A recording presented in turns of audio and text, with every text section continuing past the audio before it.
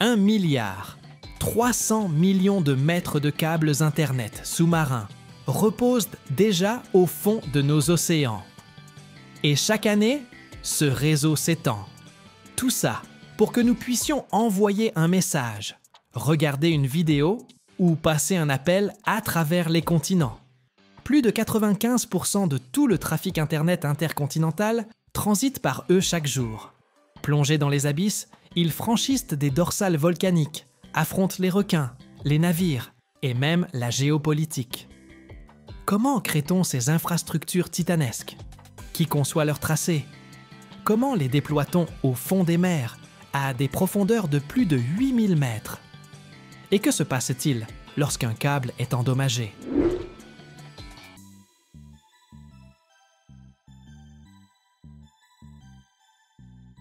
Pour que l'Internet traverse les océans, il faut un câble capable de résister à la pression, à l'eau salée, à la faune marine et à des décennies de service sans réparation. Tout commence par l'âme centrale, un conducteur en cuivre ou en aluminium, par lequel passera le signal principal.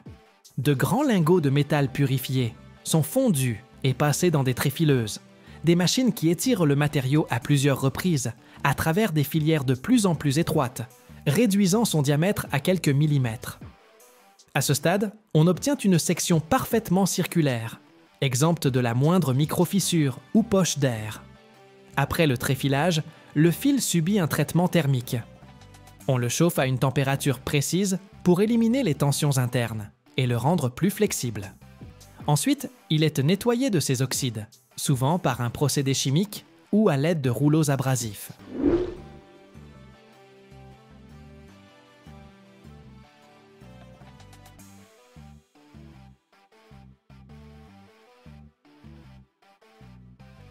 À la sortie, on a une âme brillante, lisse, presque parfaite. Elle est contrôlée automatiquement. Diamètre, résistance, flexibilité et pureté de la surface.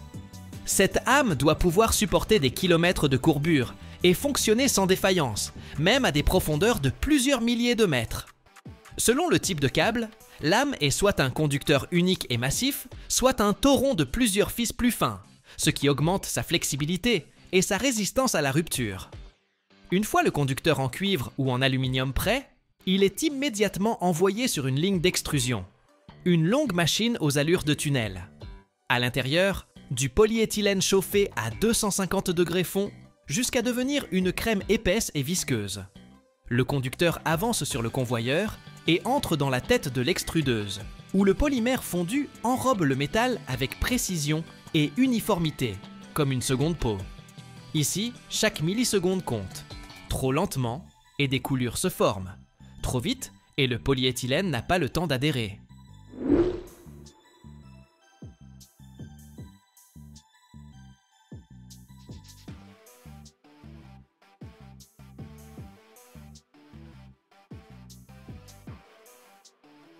Immédiatement après, le câble plonge dans un bain d'eau de refroidissement, où la couche de polyéthylène durcit rapidement, épousant étroitement le conducteur. Toute la surface doit être lisse, sans la moindre bulle ni fissure. C'est la première ligne de défense contre l'humidité. Après refroidissement, c'est l'heure du contrôle. Des lasers mesurent l'épaisseur de l'isolant et des caméras inspectent la surface. Si quelque chose cloche, le câble est coupé et recyclé. L'étape suivante est l'application d'un gel hydrophobe qui joue le rôle d'un bouclier invisible. Ce composé dense et visqueux remplit toutes les cavités à l'intérieur du câble, enveloppe la fibre optique et crée une barrière interne contre l'humidité. Dans une chambre spéciale, le câble passe à travers un système de buses ou de têtes rotatives qui injectent uniformément le gel sur la partie centrale et dans l'espace entre les fibres. Le gel ressemble à une graisse transparente. Il ne sèche pas, ne gèle pas et ne se dissout pas dans l'eau, même à 8000 mètres de profondeur sous la pression de centaines d'atmosphères.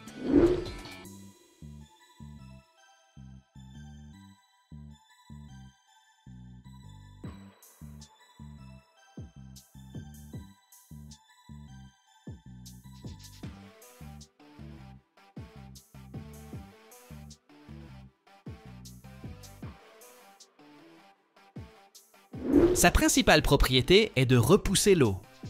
Si jamais la gaine du câble venait à être endommagée, le gel se répandrait instantanément et empêcherait l'humidité de pénétrer à l'intérieur, l'empêchant d'atteindre les fibres sensibles. À ce stade, il est aussi crucial que la quantité de gel ne soit ni excessive, ce qui compliquerait la pose des couches suivantes, ni insuffisante, ce qui diminuerait l'efficacité de la protection. Des ordinateurs régulent le dosage avec précision et des opérateurs vérifient visuellement le remplissage et l'homogénéité. Après l'application, un bref refroidissement et une stabilisation. Le câble est maintenant prêt à accueillir son cœur optique, les fibres qui transmettront la lumière d'un continent à l'autre. Ces fibres, généralement entre 4 et 12, sont d'abord groupées en modules. Chaque module est une capsule flexible contenant plusieurs fibres, offrant une protection supplémentaire. Les modules sont très soigneusement disposés en hélice autour de l'âme centrale. Cette configuration permet aux fibres de fléchir sans subir de tension, surtout lors de l'enroulement et de la pose du câble en mer.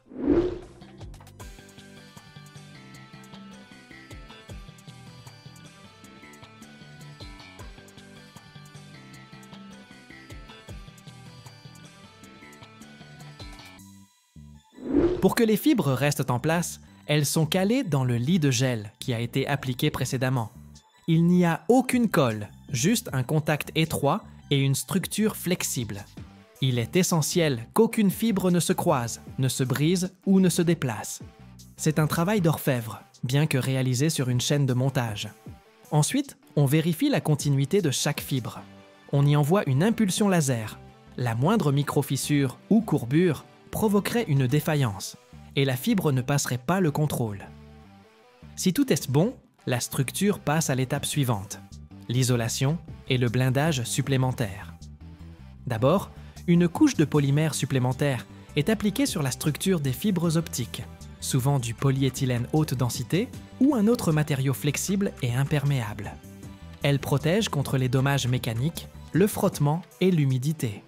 Cela se passe à nouveau dans une extrudeuse, similaire à celle où la première couche d'isolant a été appliquée. Le câble traverse le polymère fondu et plonge immédiatement dans un bain de refroidissement.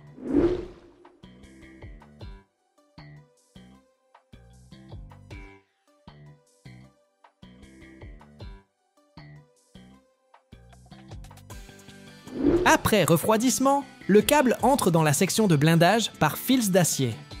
Des machines déposent uniformément des fils ou des rubans d'acier en hélice autour de l'âme déjà isolée. Dans les zones peu profondes, ce blindage est plus épais pour protéger contre les ancres, les filets de pêche et les morsures de requins. En grande profondeur, le blindage est plus fin, voire absent. Après le blindage, une autre gaine extérieure en polymère peut être ajoutée pour sceller l'ensemble de la structure. Les opérateurs inspectent attentivement la surface du câble. L'épaisseur est-elle uniforme? Y a-t-il des éraflures, des bavures, des fissures ou des défauts dans le blindage? Ensuite viennent les tests automatisés. Des lasers scannent l'épaisseur, des caméras enregistrent chaque millimètre. On envoie à nouveau des impulsions lumineuses à travers les fibres. Le signal doit passer sans retard, ni perte. Si un défaut est détecté à ce stade, on le découpe et les deux extrémités sont raccordées selon une technologie spéciale, créant une jonction parfaitement étanche.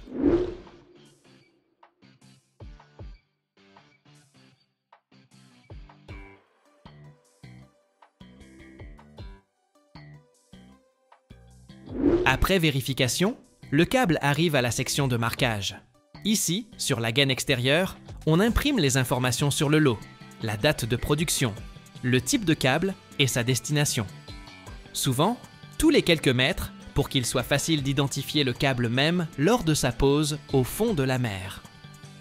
Et enfin, l'enroulement sur les tourets. Ce sont de gigantesques bobines, pouvant atteindre 4 ou 5 mètres de diamètre, capables de contenir jusqu'à 2500 mètres de câble. Chaque spire doit être parfaitement alignée, sans torsion et avec une tension uniforme. Des systèmes automatiques régulent la vitesse et la force de tension, tandis que les opérateurs supervisent chaque étape. Si le câble est destiné à être posé en mer, les tourets sont immédiatement envoyés sur des navires câbliers, où ils sont installés sur le pont. Sinon, ils sont stockés dans des entrepôts spéciaux, avec contrôle de l'humidité, car même une corrosion mineure pourrait être fatale.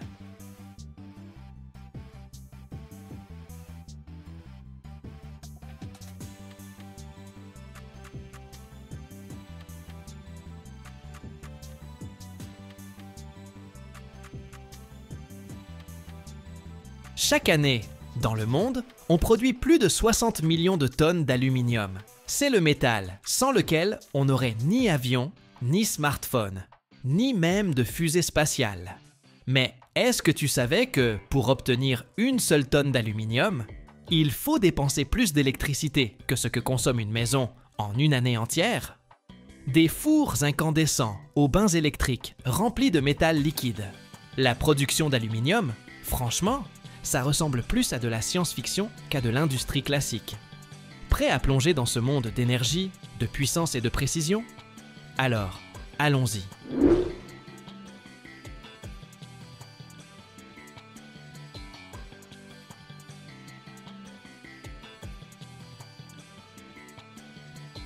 La production d'aluminium, ça commence par l'extraction de la bauxite, qui est le minerai d'aluminium le plus courant dans la nature.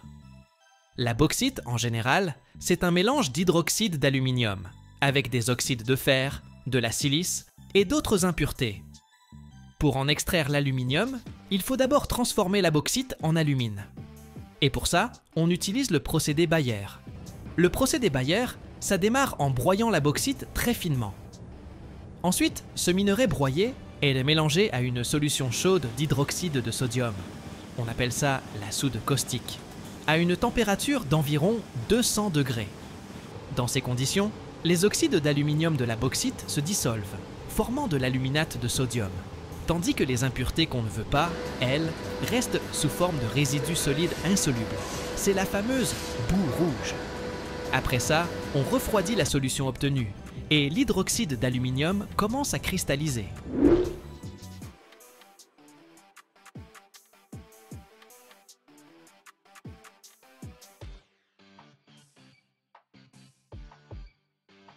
Ces cristaux, on les filtre et on les lave bien.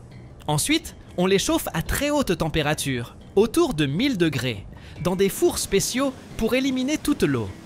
Ce qui reste à la fin, c'est de l'alumine pur, une poudre blanche qui est la matière première essentielle pour l'étape suivante, l'électrolyse, qui va nous donner l'aluminium métal. L'électrolyse, c'est le processus clé dans la production d'aluminium, celui qui transforme l'alumine en aluminium métallique. Ça se passe dans des cuves d'électrolyse spéciales, remplies de cryolite fondu. La cryolite, elle sert de solvant pour l'alumine. Elle permet surtout d'abaisser la température de fusion de l'alumine de plus de 2000 degrés à environ 950 degrés, ce qui rend le processus beaucoup moins gourmand en énergie. C'est déjà ça. On ajoute donc l'alumine à la cryolite fondue dans la cuve, où elle se dissout. Puis, on fait passer un courant électrique super puissant à travers ce bain fondu. L'électrolyse va alors casser les molécules en leurs composants, l'aluminium et l'oxygène.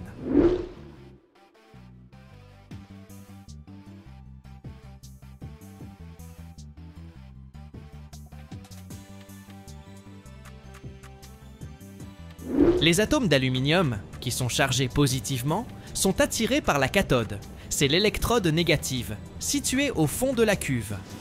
Là, ils se déposent sous forme de métal liquide pur.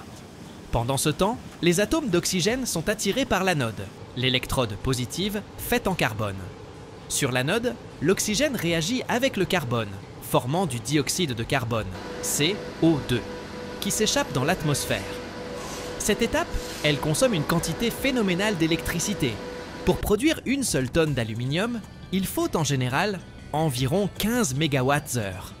C'est pour ça que l'électrolyse est l'un des processus industriels les plus énergivores au monde. L'aluminium liquide, obtenu à la cathode, est ensuite collecté et transporté pour être coulé ou traité. C'est grâce à ce processus qu'on obtient ce métal de haute qualité utilisé dans l'automobile, l'aviation, la construction et plein d'autres domaines.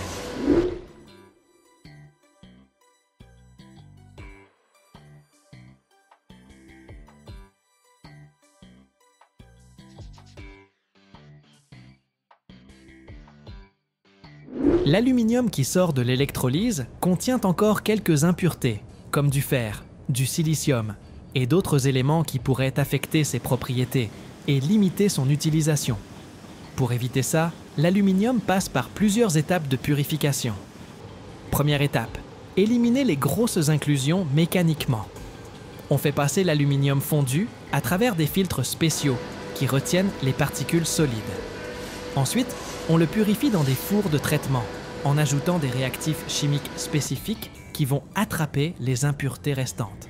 Ces réactifs réagissent avec les impuretés pour former un laitier léger, une sorte d'écume qui flotte à la surface du métal fondu et qu'on enlève ensuite. Deuxième étape, le dégazage. Dans l'aluminium fondu, il peut rester des gaz dissous, comme de l'hydrogène, qui créent des bulles, des porosités, et nuisent à la structure du métal. Pour virer ces gaz, on fait barboter des gaz inertes, comme l'argon, à travers le métal liquide, ou alors on met le bain sous vide. Ce processus assure une structure bien homogène et augmente la résistance du matériau.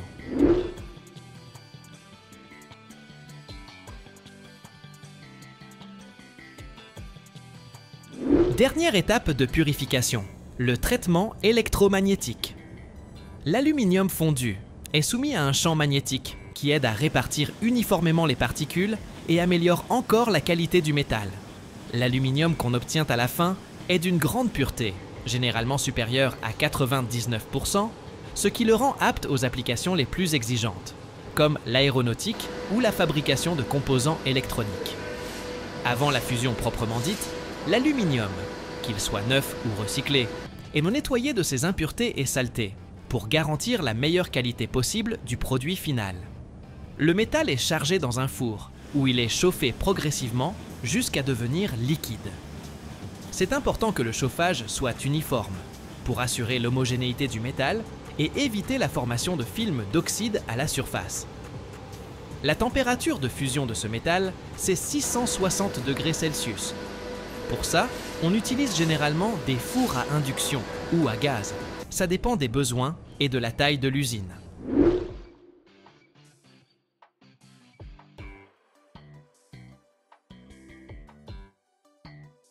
Pendant la fusion, on fait super gaffe à la sécurité. L'aluminium réagit facilement avec l'oxygène de l'air, formant une couche d'oxyde qui peut altérer ses propriétés. Donc, pour protéger le métal fondu de l'air ambiant, on utilise souvent des gaz inertes, comme l'argon, qui créent une atmosphère protectrice dans la chambre de fusion. Ça permet de minimiser les pertes de métal et d'améliorer sa qualité. Malin! Une fois que l'aluminium est complètement liquide, on le maintient à cette température jusqu'au moment de l'utiliser pour le coulage ou d'autres étapes de transformation.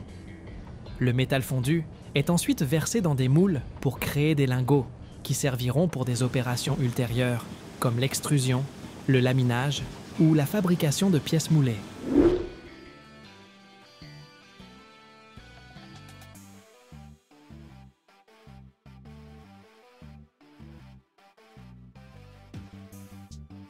Le formage, ou moulage, c'est l'étape où l'aluminium fondu prend sa forme définitive en étant versé dans des moules spécialement préparés.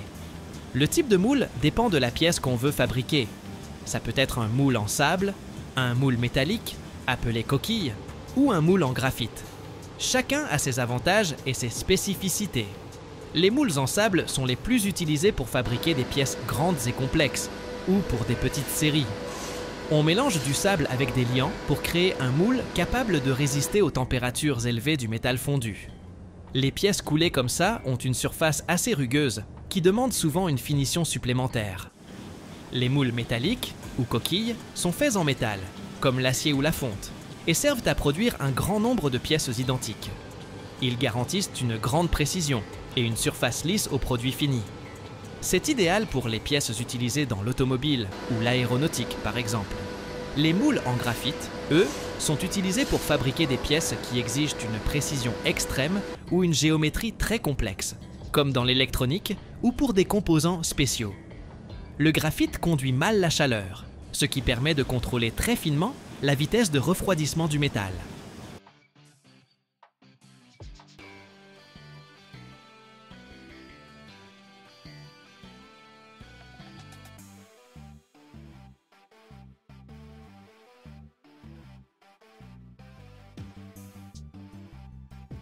Ils sont minuscules.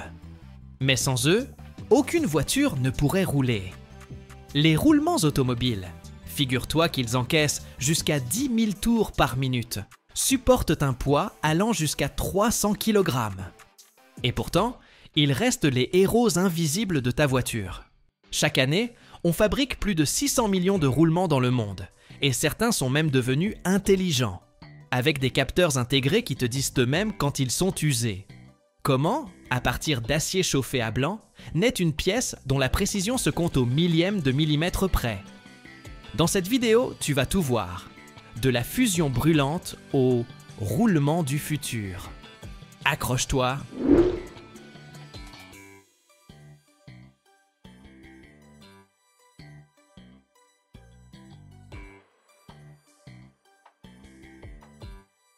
Les roulements.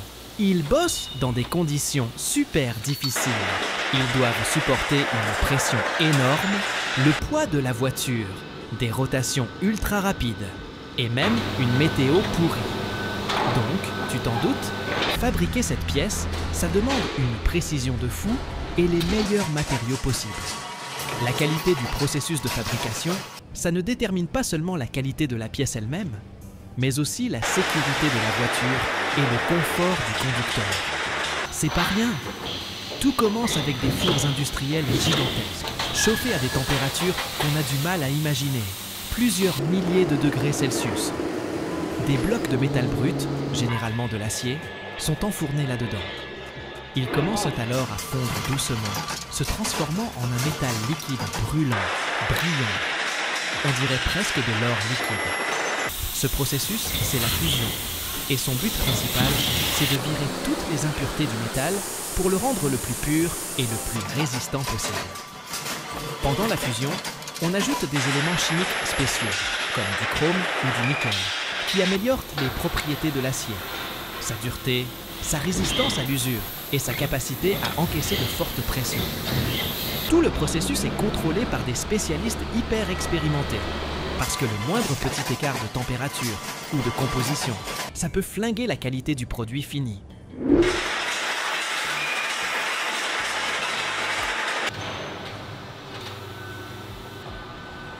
Le métal fondu est mélangé super soigneusement pour obtenir une structure bien homogène. Et ensuite, on le coule dans des moules spéciaux pour qu'ils refroidissent.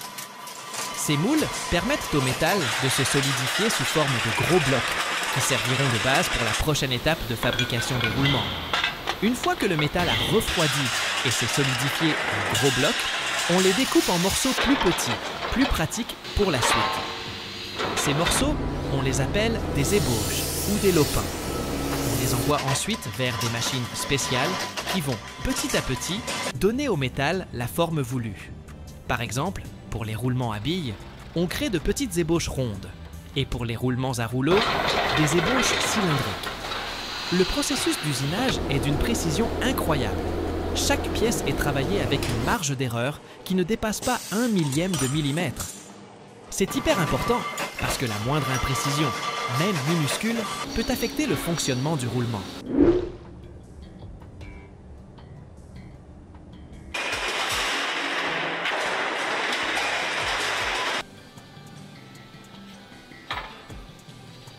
Après la mise en forme, c'est l'étape de la rectification. Les ébauches passent dans des rectifieuses qui rendent leur surface parfaitement lisse et régulière. Ce qui est crucial, c'est que chaque bille ou chaque rouleau soit impeccablement rond. Ça garantit que la charge est répartie uniformément. À ce stade, les billets sont rectifiés plusieurs fois, puis polis jusqu'à briller comme un miroir. Le traitement final rend la surface tellement lisse que même au microscope, c'est difficile de trouver le moindre défaut. Pour que les roulements soient super costauds et capables de supporter des charges élevées, on leur fait subir un traitement thermique. On chauffe les pièces dans des fours spéciaux jusqu'à environ 850 degrés Celsius. Puis, on les refroidit très vite dans de l'huile ou de l'eau. Ce processus, ça s'appelle la trempe. Juste après, on les réchauffe une nouvelle fois, mais à une température plus basse, autour de 150 ou 200 degrés. Cette étape, qu'on appelle le revenu, ça permet de réduire les tensions internes dans le métal et de le rendre plus durable, plus résistant dans le temps.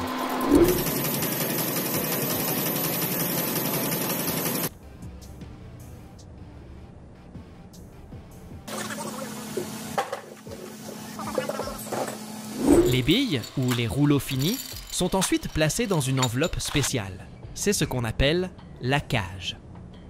Pour les roulements à billes, il faut exactement 6 ou 8 billes, positionnées de manière égale autour de la bague intérieure. La cage est fabriquée dans un métal spécial qui protège les billes contre les chocs et les dommages.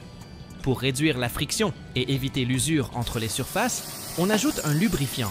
Ça peut être une huile spéciale ou une graisse épaisse. Après ça, le roulement est scellé avec des joints d'étanchéité pour que le lubrifiant ne s'échappe pas et que la saleté ne puisse pas rentrer. Avant d'envoyer le roulement au client, on le vérifie sous toutes les coutures. On teste sa résistance à l'usure, sa solidité et la précision de son fonctionnement. Par exemple, chaque roulement doit pouvoir supporter une charge de plus de 300 kg et tourner impeccablement à des vitesses allant jusqu'à 10 000 tours par minute. C'est du sérieux.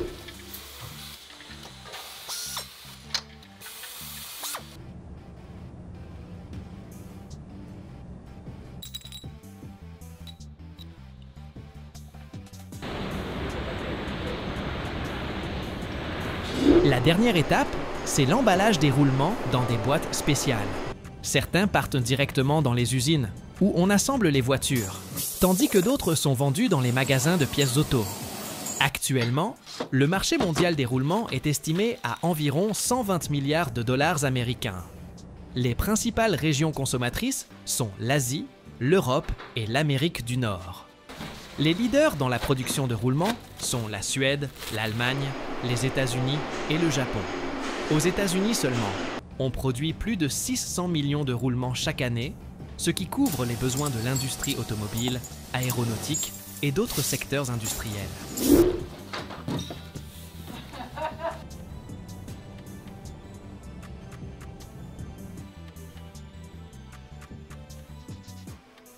Les technologies modernes transforment même les plus petites pièces de nos voitures, et les roulements ne font pas exception.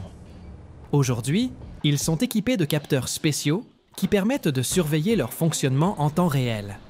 Ces capteurs collectent des informations sur la température, les vibrations, la vitesse de rotation et même le degré d'usure. Grâce à ces données, on peut détecter rapidement le moindre problème avec le roulement et donc prévenir d'éventuelles pannes ou accidents. Pratique, non? Ces capteurs fonctionnent grâce à de l'électronique intégrée qui transmet les données à l'ordinateur central de la voiture ou même dans le cloud. Ça veut dire que le fabricant ou le conducteur peut recevoir des notifications sur l'état du roulement directement sur son smartphone ou sur l'écran de la voiture. Par exemple, si un roulement commence à surchauffer à cause d'une charge trop importante, le système le détecte et alerte le conducteur. En plus, ces innovations aident à optimiser l'utilisation des lubrifiants, ce qui prolonge la durée de vie des roulements. Dans l'industrie et l'aviation, les roulements équipés de capteurs deviennent indispensables pour assurer le fonctionnement sans interruption des équipements. Leur utilisation permet non seulement d'économiser sur la maintenance, mais contribue aussi à améliorer la sécurité et l'éco-responsabilité des machines. Les roulements intelligents, c'est clairement un grand pas en avant dans le monde de la technologie et du confort.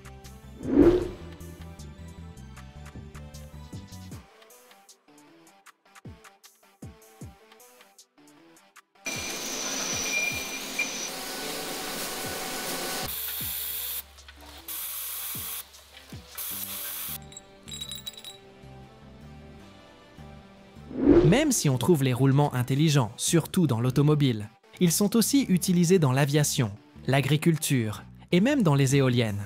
Bref, partout où surveiller l'état des pièces est absolument critique.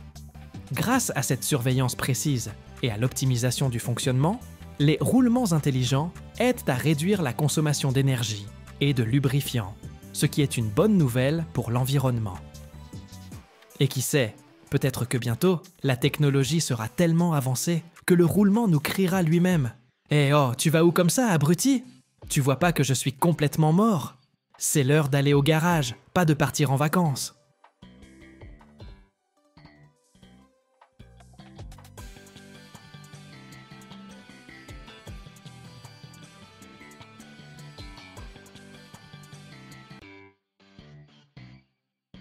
Votre sèche-cheveux est cassé? Attendez, ne le jetez pas tout de suite à la poubelle. Chaque année, ce sont 50 millions de tonnes d'appareils électroniques qui finissent en montagnes de ferraille. Le plastique de votre vieux sèche-cheveux mettra 500 longues années à se décomposer, pendant que le plomb et le chrome toxique, eux, empoisonneront lentement la Terre. Mais, et si on vous disait qu'à l'intérieur, il n'y a pas que du danger, mais aussi de l'or, du vrai? Et que près de 90% de votre appareil, qui semble bon à jeter, peut en fait être transformé en quelque chose d'utile. Dans cette vidéo, on va suivre le voyage incroyable d'un sèche-cheveux. Depuis votre salle de bain jusqu'à une usine high-tech, pleine de robots, de presses et de fours chauffés à 1500 degrés Celsius. Regardez bien jusqu'au bout pour découvrir comment un simple sèche-cheveux participe à un processus de recyclage franchement étonnant.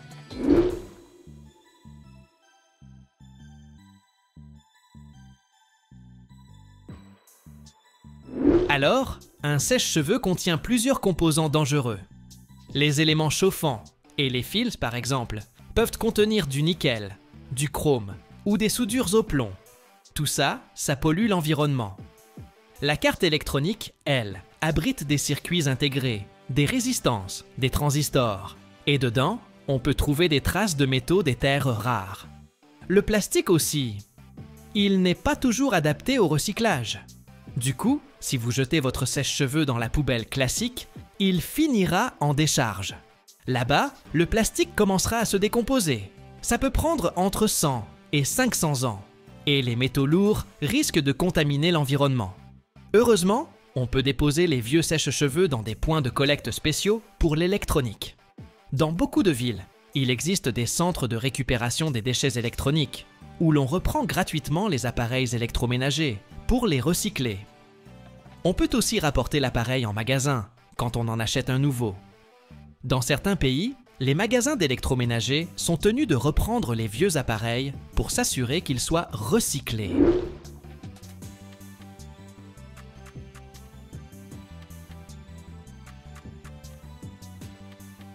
Autre option, l'atelier de réparation ou une association caritative. Si le sèche-cheveux fonctionne encore, même un peu, on peut essayer de le faire réparer ou bien le donner à quelqu'un qui en a besoin. Et si vous êtes vraiment motivé, vous pouvez même le démonter vous-même et apporter les différents matériaux au recyclage. Bon, c'est plus compliqué, c'est vrai. Mais ça permet de récupérer des métaux précieux et de réduire au maximum les déchets. Franchement, pour moi, le plus simple reste de le déposer pour le recyclage. Comme ça, il partira avec d'autres appareils vers une usine spécialisée. Là-bas, le processus de recyclage commence dès la collecte et le transport. Les sèche-cheveux sont rassemblés dans de grands conteneurs, des bacs qui font entre 1000 et 5000 litres, puis transportés par camion ou par conteneur. Une fois à l'usine, les appareils sont triés par catégorie. On met d'un côté les gros appareils, de l'autre le petit électroménager, et encore ailleurs les appareils électroniques. Les sèche-cheveux, eux, sont dirigés vers une ligne de démontage spécifique. Ils sont d'abord inspectés par des employés qui portent des gants et des combinaisons de protection, histoire d'éviter tout contact avec des substances potentiellement dangereuses.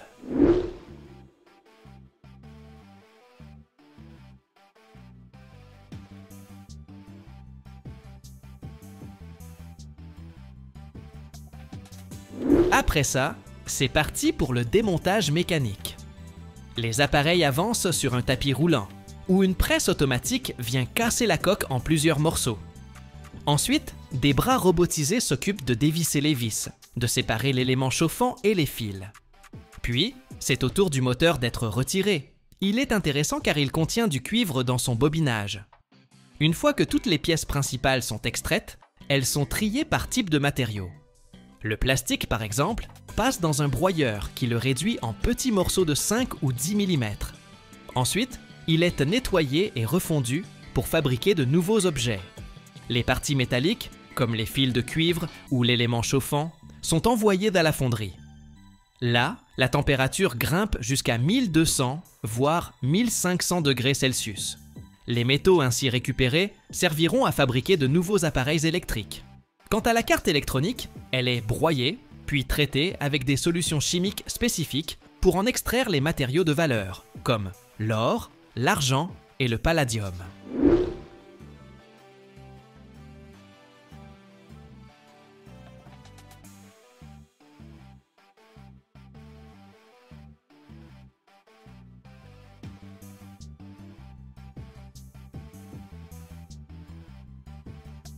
En moyenne, près de 90% des matériaux qui composent un sèche-cheveux peuvent être recyclés. Le cuivre retourne dans l'électronique et les câblages. L'aluminium et l'acier sont réutilisés dans l'industrie automobile ou le bâtiment. Et le plastique recyclé peut tout à fait redevenir la coque d'un nouvel appareil. Les parties qui ne peuvent pas être recyclées, elles, sont dirigées vers un centre d'enfouissement sécurisé ou sont incinérées dans des conditions très strictes. Alors, qu'est-ce qui n'est pas recyclable exactement? Eh bien, certains types de plastique, comme les plastiques thermodurcissables, vous savez, ceux qui ne fondent pas et ne peuvent donc pas être remodelés. Il y a aussi les résidus de colle, de mastic et de résine. Souvent utilisés dans l'assemblage du sèche-cheveux, ils peuvent contenir des produits chimiques nocifs. Les circuits intégrés contenant des impuretés de métaux lourds ou les pièces qui sont imprégnées de substances toxiques. Ça non plus, ça ne se recycle pas. Et c'est pareil pour les restes de matériaux isolants, car ils peuvent contenir des substances cancérigènes impossibles à traiter pour le recyclage.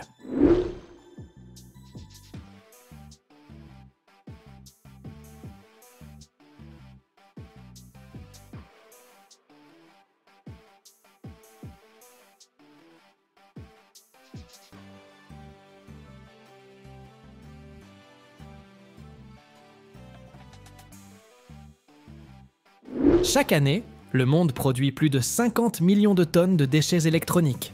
Et seulement 20% environ sont correctement recyclés. Les sèche-cheveux, comme d'autres petits appareils, finissent trop souvent à la poubelle classique. Là, leur plastique pollue l'environnement pendant des siècles. Et leurs métaux lourds contaminent l'eau et le sol. Si chacun d'entre nous prenait l'habitude d'apporter ces vieux appareils au recyclage, ça aiderait vraiment à réduire la quantité de déchets dangereux, à préserver nos ressources naturelles et aussi à diminuer les émissions de dioxyde de carbone. Tout simplement parce que réutiliser les matériaux existants demande beaucoup moins d'énergie que d'en extraire de nouveaux. Rien qu'aux États-Unis, par exemple, on génère environ 7 millions de tonnes de déchets électroniques par an. Et là encore, seulement 20% sont officiellement recyclés.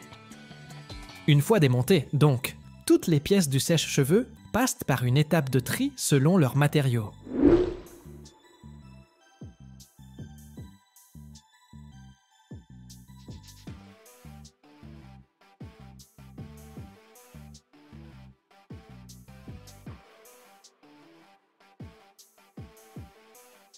Les composants métalliques. On parle ici des fils de cuivre, des pièces en aluminium ou en acier de la coque, de l'élément chauffant, atterrissent dans des conteneurs dédiés, avant d'être broyés.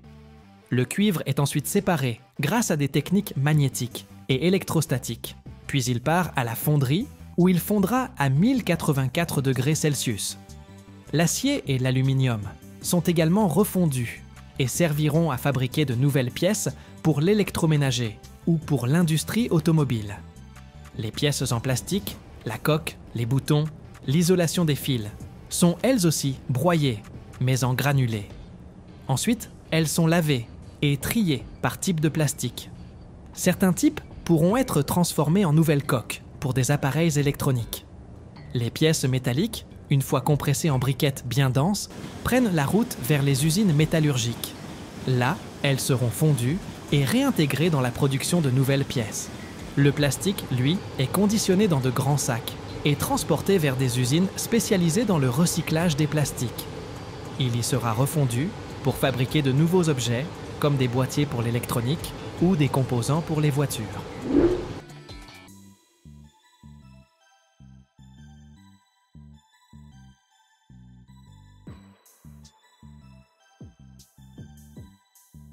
Le transport des composants toxiques et des résidus non recyclables, eh bien ça, c'est une autre histoire. C'est un processus extrêmement réglementé, qui demande des autorisations très spécifiques. Pour pouvoir transporter ce genre de matière, L'entreprise doit détenir une licence spéciale pour la manipulation de matériaux dangereux. Tous les conteneurs doivent être clairement étiquetés selon les normes internationales et être accompagnés de toute la paperasse nécessaire.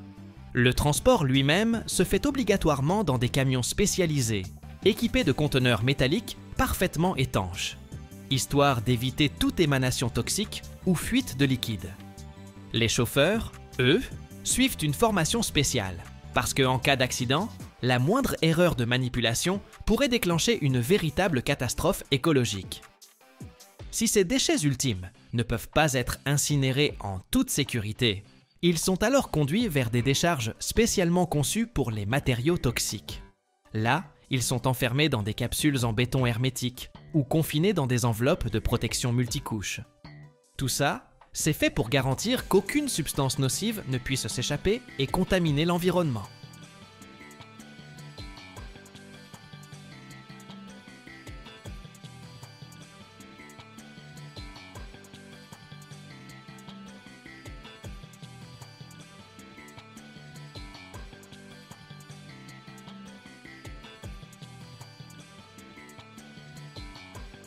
Feu froid, eau sèche, vent immobile. Vous allez me dire, mec, t'as perdu la tête ou quoi? Et non. Aujourd'hui, on parle de la glace sèche. Vous vous êtes déjà demandé comment on fabrique ce truc, ou même ce que c'est vraiment? Vous saviez que c'est produit à une échelle dingue? Allez, je vous embarque dans le délire. On y va.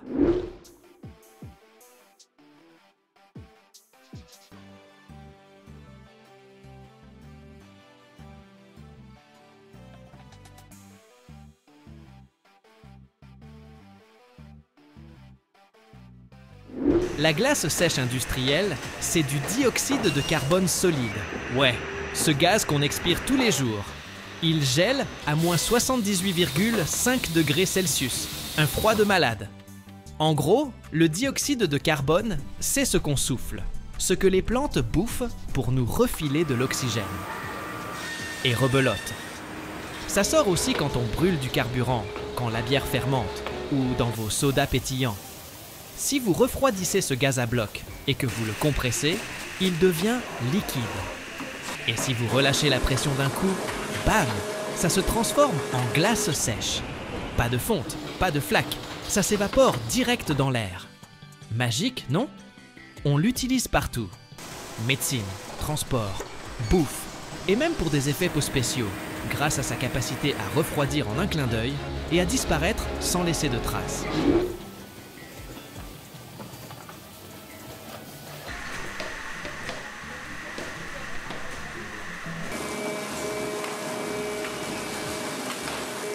En médecine, c'est le roi pour garder les vaccins, les organes pour les greffes, ou les médocs au frais. Vous avez entendu parler de la cryothérapie?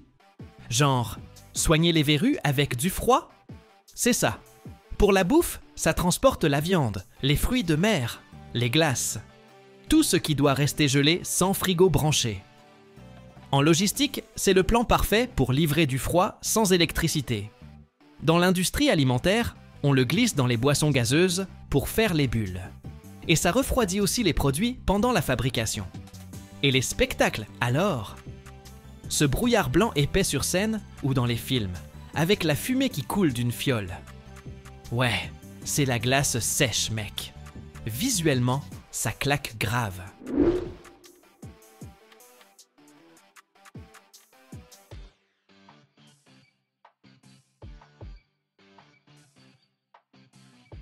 Fabriquer de la glace sèche, c'est pas une blague de cuisine. Ça se passe dans des usines cryogéniques, des monstres industriels. Ces usines occupent entre 5 000 et 20 000 mètres carrés. Imagine 10 à 40 terrains de basket. Au milieu trônent des réservoirs cryogéniques, des cuves métalliques géantes, jusqu'à 15 mètres de haut, capables de stocker de 20 à 100 tonnes de dioxyde de carbone liquide. Il y a un léger bourdonnement dans l'air, les compresseurs et les presses qui tournent à fond. Les réservoirs crachent le gaz dans des tuyaux énormes. Direction les machines de pressage. Ces bêtes avalent jusqu'à 500 kg de glace sèche par minute. Incroyable, non?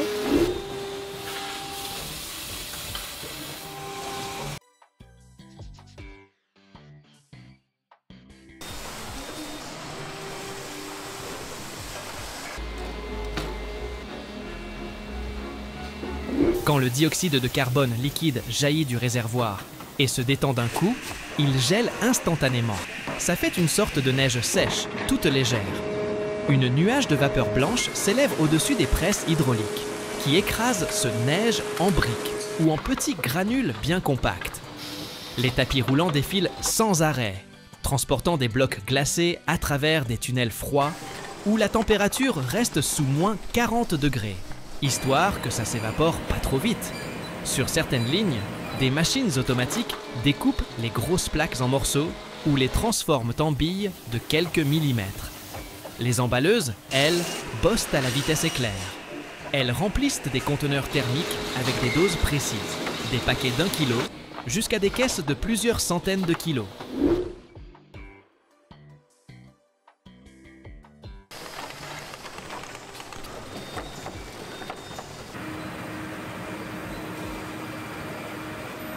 Les machines scellent tout hermétiquement pour limiter l'évaporation. En 1 heure, une usine peut sortir jusqu'à 5 tonnes de glace sèche.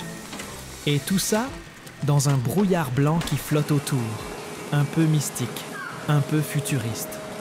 Comme je disais, dans les zones de pressage et d'emballage, ça caille sévère, moins 40 degrés. Les mecs qui bossent là-dedans sont sapés comme des cosmonautes. Combinaisons isolantes pour bloquer le froid, gants thermiques parce que toucher la glace sèche, ça brûle direct. Lunettes et masques pour pas choper une irritation des yeux ou des poumons. Et des chaussures épaisses, histoire de pas geler les pieds sur le sol métallique.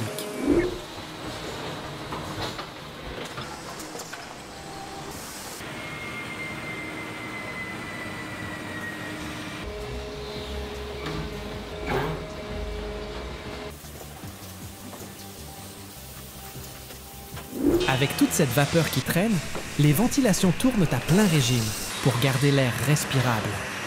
Les gars bossent en shift court, alternant entre le froid polaire et des pauses dans des salles chauffées. Faut pas déconner avec ça. Beaucoup de trucs sont automatisés pour limiter les risques, mais même avec tout ce matos, bosser là-dedans, c'est pas pour les fragiles. Faut du mental et respecter les règles à la lettre. Mais d'où ils sortent tout ce dioxyde de carbone? Sérieux? Vous allez me demander. Pas besoin de courir dans les bois avec un filet. En fait, ils le récupèrent comme déchets d'autres industries, genre la fabrication d'ammoniac ou d'engrais. Écolo, non? On recycle un gaz qui existe déjà. Pas besoin d'en produire plus.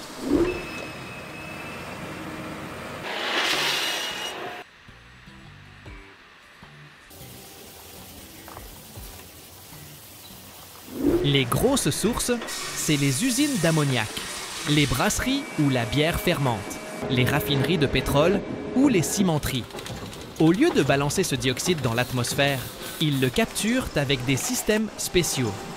Ensuite, ils le filtrent, le sèchent pour qu'il soit nickel, puis ils le compriment sous haute pression pour le rendre liquide. Et pour le compacter encore plus, ils le refroidissent à moins 20 degrés. Bref, ça réduit les gaz à effet de serre tout en créant un truc utile. Petit fun fact, on appelle ça glace, mais ça fond pas. La glace normale, elle devient de l'eau. La glace sèche, elle, passe direct en gaz. Ça s'appelle la sublimation. Pas de flaque, juste pouf, disparu.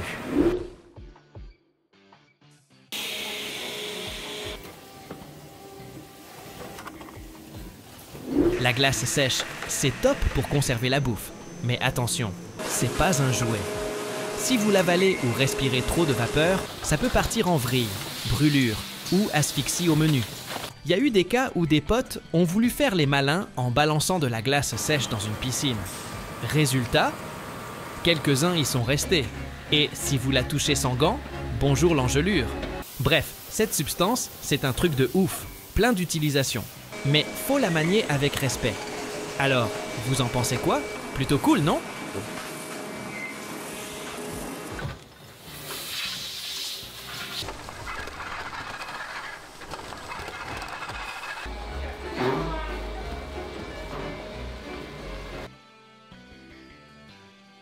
Chaque année, on élève des millions de cochons d'Inde à travers le monde. Et pas seulement comme animaux de compagnie, mais comme bétail.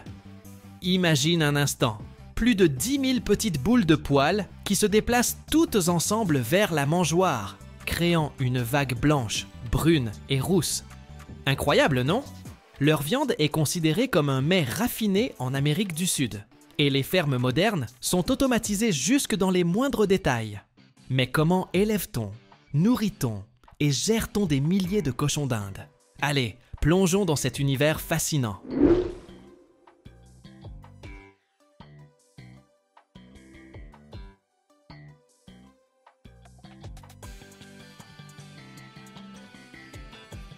Au Pérou, on recense aujourd'hui la plus grande population de cochons d'Inde au monde, domestiques et sauvages confondus, avec près de 30 millions d'individus. Sur une ferme péruvienne typique, tu trouveras de vastes espaces dotés de multiples enclos, un peu comme de mini-écuries ou des cages, installées soit à l'intérieur, soit en plein air. La taille de ces fermes varie selon l'ampleur de la production. Les petites exploitations, jusqu'à 500 têtes, peuvent s'étendre de 50 à 200 mètres carrés et se trouvent souvent dans les cours des maisons. Les fermes de taille moyenne, qui hébergent entre 500 et 5000 animaux, couvrent entre 200 et 2000 mètres carrés avec plusieurs bâtiments spécialisés. Quant aux grandes exploitations industrielles, au-delà de 10 000 bêtes, elles peuvent dépasser 5000 mètres carrés et certaines atteignent même 2 hectares.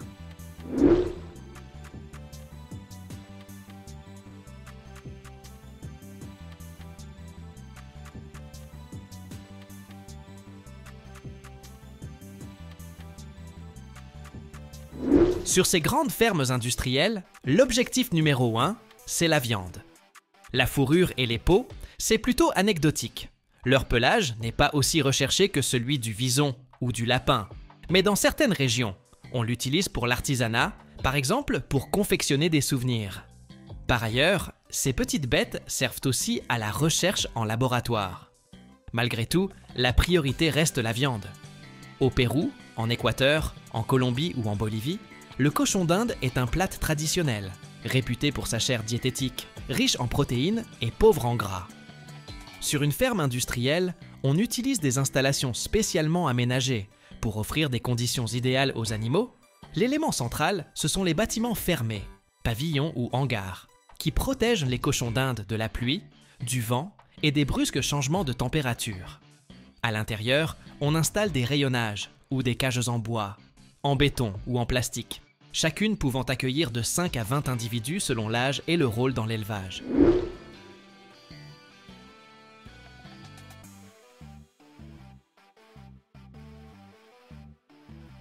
On trouve également sur la ferme des zones réservées à l'alimentation, des pièces ou des entrepôts pour stocker le foin, le maïs et les compléments.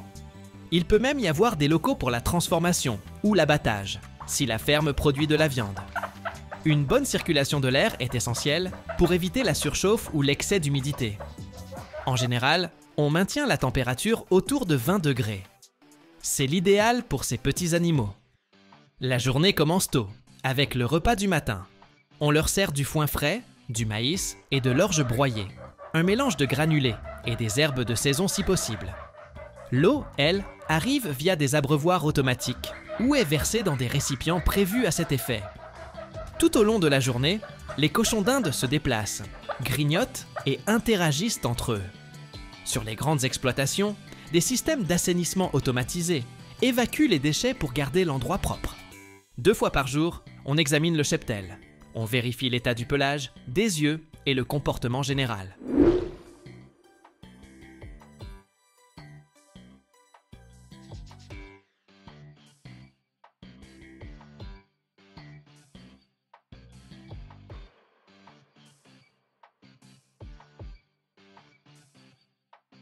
Dans l'après-midi, ils reçoivent une seconde ration, souvent plus légère, davantage de verdure, moins de céréales. Vers le soir, leur activité diminue. L'éclairage est souvent géré de manière artificielle pour reproduire la durée du jour. Quand il est l'heure de dormir, ils se blottissent dans leur cage ou leurs abris, créant un petit cocon même dans un environnement industriel.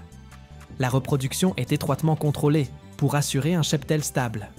Les éleveurs sélectionnent les individus les plus sains et les plus productifs. Un poids correct, entre 700 et 1200 grammes. Une ossature robuste, un pelage brillant et aucun défaut congénital. Les cochons d'Inde étant polygames, on compte généralement un mâle pour 4 à 6 femelles. Ils sont choisis vers 3 ou 4 mois et doivent être en parfaite santé.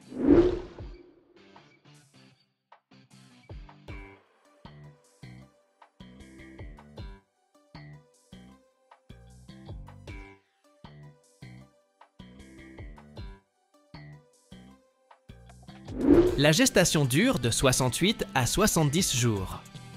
Pendant ce laps de temps, les femelles reçoivent une alimentation renforcée en protéines et en vitamines. Juste avant la mise bas, elles sont souvent déplacées dans des enclos séparés. Les nouveau-nés pèsent environ 20 grammes, sont déjà couverts de poils et savent voir et se déplacer dès la naissance. Ils commencent tout de suite à manger de la nourriture solide, mais restent avec leur mère 2 ou 3 semaines. Une fois sevrés, on répartit les petits. Les meilleurs reproducteurs restent. Les autres sont élevés pour la viande ou mis en vente. Le cycle de reproduction s'étale sur toute l'année, puisque chaque femelle peut mettre bas jusqu'à 5 fois en 12 mois. Dans de vastes enclos, des milliers de cochons d'Inde se mettent en mouvement dès qu'ils entendent le bruit des mangeoires. Les employés dispersent de la verdure fraîche, du foin, des céréales et des légumes. Et toute cette armée de petites boules de poils se rue sur la nourriture.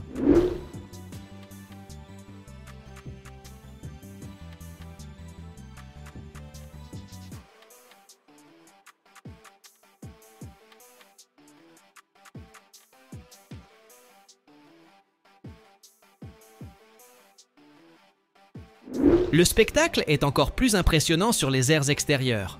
On dirait une vague de fourrure brune, blanche et rousse qui déferle sur la ferme.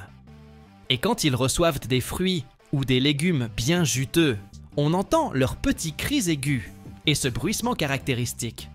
Ils sont incroyablement expressifs pendant le repas. Sur les fermes modernes, des systèmes automatiques déposent de la nourriture dans des bacs spéciaux, coordonnant le mouvement de milliers de bêtes affamées autour des mangeoires. Pour quelqu'un qui voit ça pour la première fois, c'est un vrai spectacle. Dans l'élevage industriel de cochons d'Inde, l'hygiène est d'une importance capitale. Non seulement pour la santé des animaux, mais aussi pour garantir une production rentable. Les éleveurs utilisent des méthodes de nettoyage précises pour assurer le confort des bêtes et prévenir la propagation de maladies.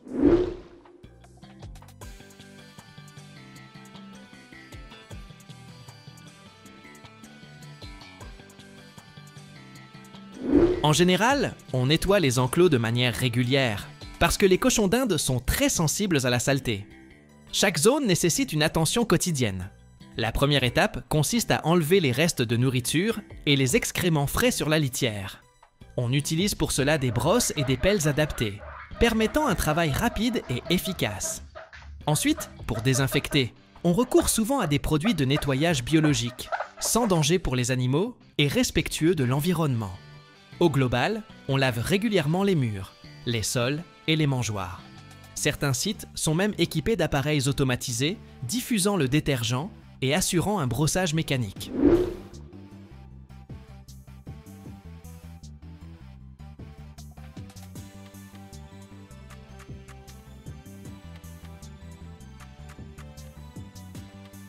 Quant à la litière, on la renouvelle tous les jours ou tous les 2 jours, selon la taille de l'enclos et le nombre d'animaux. On utilise la plupart du temps du foin ou de la paille qui absorbe l'humidité et les odeurs, tout en assurant un bon confort aux cochons d'Inde. Une litière propre réduit nettement le risque d'infection. Pour maintenir un haut niveau d'hygiène, on traite régulièrement toutes les surfaces avec des désinfectants capables d'éliminer bactéries, virus et champignons. Toutes ces procédures sont répétées en continu, au moins une fois par semaine. Et voilà comment on parvient à offrir un cadre sain à ces petites boules de poils, même en production industrielle.